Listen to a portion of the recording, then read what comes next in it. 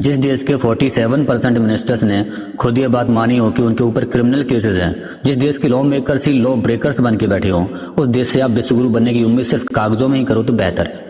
समझो, एडीआर की एक रिसेंट ऑफिशियल रिपोर्ट के हिसाब से यूनियन और स्टेट कैबिनेट में टोटल 643 मिनिस्टर में से 302 मिनिस्टर यानी 47% ने इलेक्शन कमीशन को दिए गए एफिडेविट्स में ये खुद बताया है कि उन पर क्रिमिनल केसेस हैं। पर इससे ज्यादा शॉकिंग बात यह है कि इनमें से 174 मिनिस्टर्स के खिलाफ जो केसेस हैं वो सीरियस नेचर के हैं, जैसे मर्डर्स, किडनैपिंग और महिलाओं के खिलाफ किए गए अत्याचार।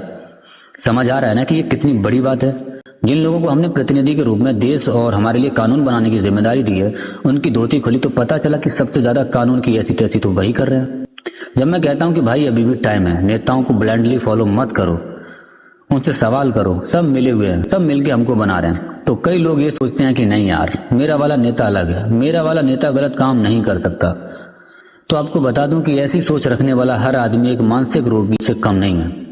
स्क्रीन पर देखो, बीजेपी के 336 मिनिस्टर्स में से 136 मिनिस्टर्स पर क्रिमिनल केसेस और 88 पर सीरियस क्रिमिनल चार्जेस हैं। ऐसे ही कांग्रेस के 61 में से 45 मिनिस्टर्स पर क्रिमिनल केसेस और 18 पर सीरियस। टीडीपी ने तो हद ही पार कर दी, एक को छोड़कर सभी पर क्रिमिनल केसेस हैं। आम आदमी पार्टी के 16 में से 11 पर केसेस हैं और 5 पर सीरियस केसेस हैं।